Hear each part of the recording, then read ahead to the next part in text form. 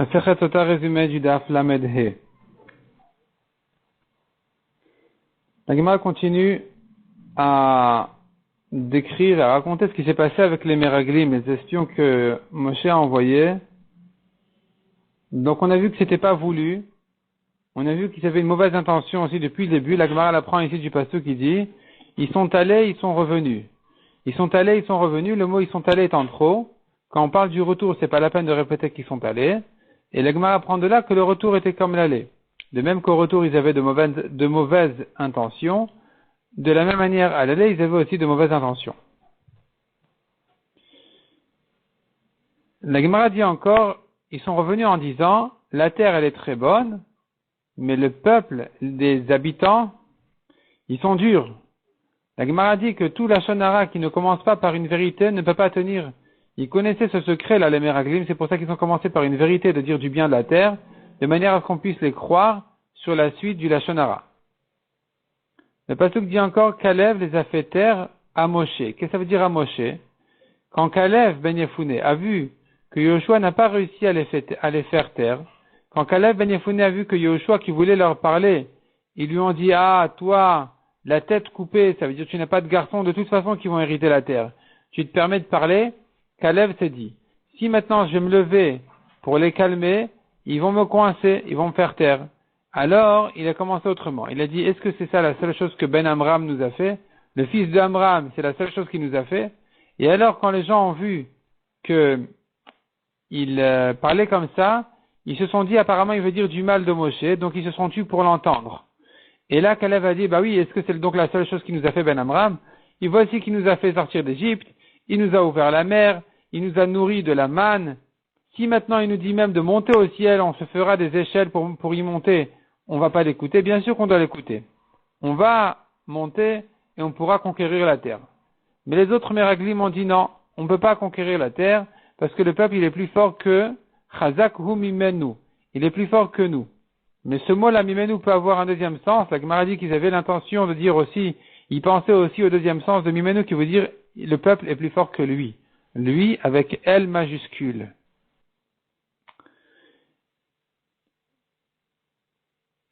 Ils ont dit encore, c'est une terre qui mange ses habitants.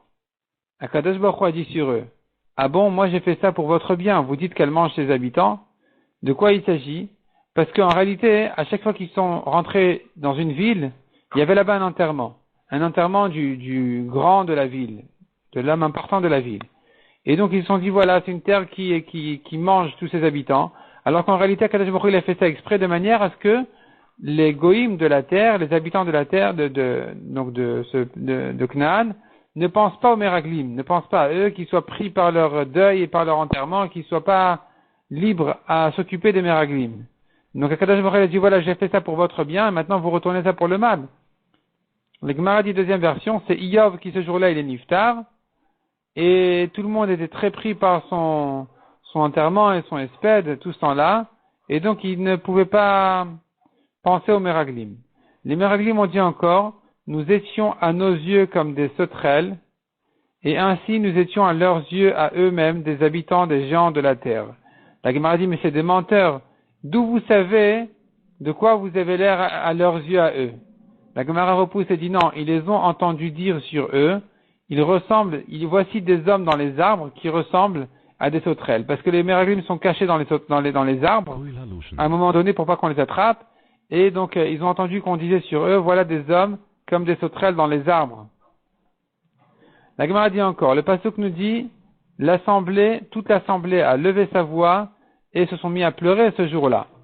La Gemara dit, Akadosh Baruch Hu a dit, vous avez pleuré aujourd'hui pour rien, je vais fixer ce jour-là, un jour de pleurs aux générations à venir. Il s'agit donc de Tisha B'Av.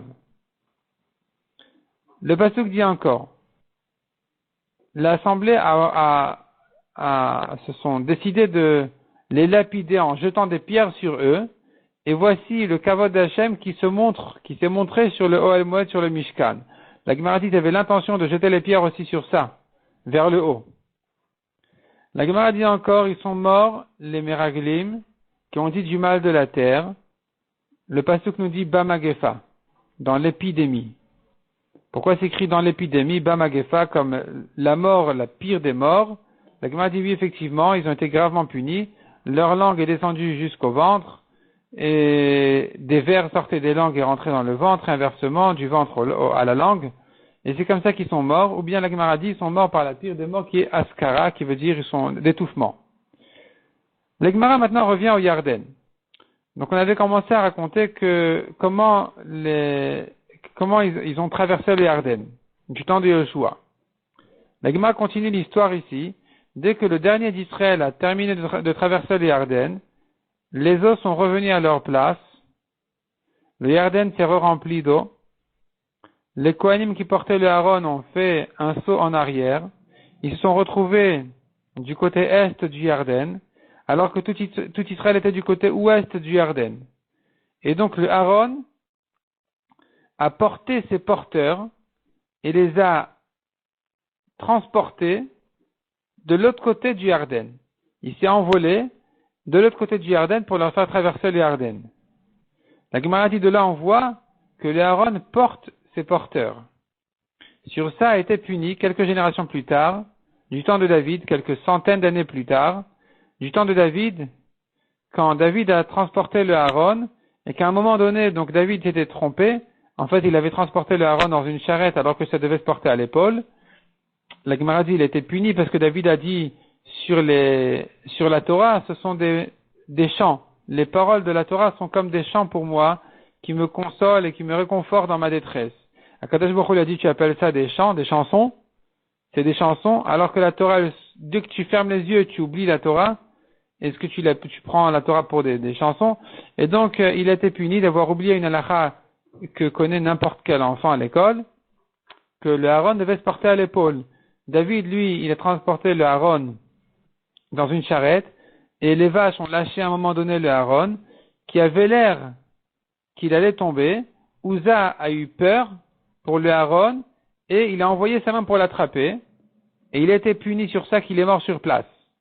Akadosh Baruch Hu a dit à Uza, tu ne sais pas que le Aaron porte ses porteurs? S'il porte ses porteurs, lui-même, il ne se porte pas, donc il était puni sur ça. David a eu très mal de cet événement-là, que quand il voulait transporter le Aaron dans la joie, voilà que ça s'est terminé par la mort de Uza. La Gemara dit donc finalement David, qu'est-ce qu'il a fait? Il a déposé le Aaron chez un homme qui s'appelait Oved Edom pendant 6 mois, et quand il a vu la grande bracha que ça a amené chez lui à la maison, à cet homme-là, ce de Oved Edom, alors David a dit c'est c'est le moment de le ramener à Yerushalayim maintenant, on va continuer à le transporter. La Gemara revient en arrière dans le temps. Quelques dizaines d'années avant cette histoire-là, il y a eu une histoire qui ressemblait un peu à celle-là, quand le Aaron qui a été volé par les Pelishtim est revenu tout seul et est arrivé à Beth Shemesh. Les habitants de Beth Shemesh ont aussi été frappés, ont été gravement punis. Ils sont morts là-bas par dizaines ou par dizaines de milliers, selon les versions de la Gemara. Et ils ont été punis pourquoi? Parce qu'ils n'ont pas honoré le Aaron quand il est revenu. Au contraire, selon une version, ils lui ont dit qui c'est qui t'a énervé que tu es parti et qui c'est qui t'a consolé que tu es revenu. Selon une autre version, ils se sont inclinés en face du Aaron pour se prosterner devant, mais ils n'ont pas arrêté leur travail, tout en travaillant. Donc ils ont été gravement punis, comme on a dit. La Gemara revient maintenant à David. Donc David, finalement, il a ramené le Aaron de cet homme-là, Oved Edom, et au bout de 6 mois, donc il l'a amené à Yerushalayim, et il a fait c'était une grande fête, il a fait une grande fête autour de cet événement-là où le Aaron devait arriver à Yerushalayim pour le mettre ensuite, plus tard, au Beth Amikdash. Et donc il a fait beaucoup de korbanot, et la Gemara décrit exactement combien de korbanot il a fait, comment il a fait ces korbanot en le ramenant à Yerushalayim. La Gemara fait encore une remarque sur les psukim, sur l'endroit où se trouvait le Aaron, est-ce que ça s'appelle Kidon, Nachon, et la Gemara résout le problème. La Gemara revient maintenant au Yarden. Donc, il se trouve, dit la Gemara, qu'il y avait 3 types de pierres. Il y avait les pierres que Moshe a placées à Moab, sur lesquelles il a écrit la Torah. Il y avait les pierres que Yoshua a mis dans le Yarden, à l'endroit des Kohanim.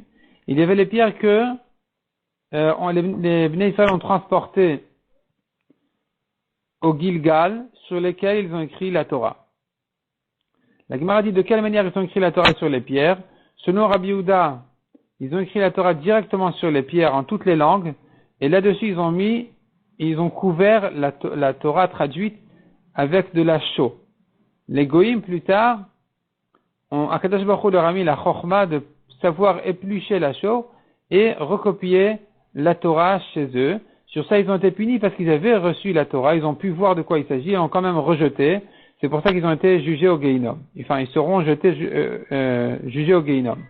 Rabbi Shimon dit non, la Torah a été écrite claire sur la chaux, pas couverte du tout, à nouveau de manière à ce que les Goïm puissent faire tchouva.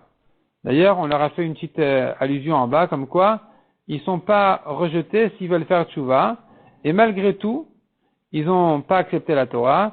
C'est pour ça qu'ils seront jetés au Gehinom, comme la Gemara l'apprend des Psukim. La Gemara ramène encore une braïta, où on voit que, comme on a dit, que même les Kénaanim qui habitent en dehors d'Israël, s'ils font tchouva, on peut les recevoir. Ils peuvent se convertir, comme Kisava, comme Rabbi Shimon qui a dit que la Torah est écrite clairement en face des Goïm, de manière à ce qu'ils sachent qu'ils peuvent faire tchouva s'ils veulent, et comme ils ont refusé, comme on a dit, alors c'est pour ça qu'ils ont été punis au Gehinom. Mais s'ils voulaient, alors on aurait pu les accepter à se convertir et à faire tchouva.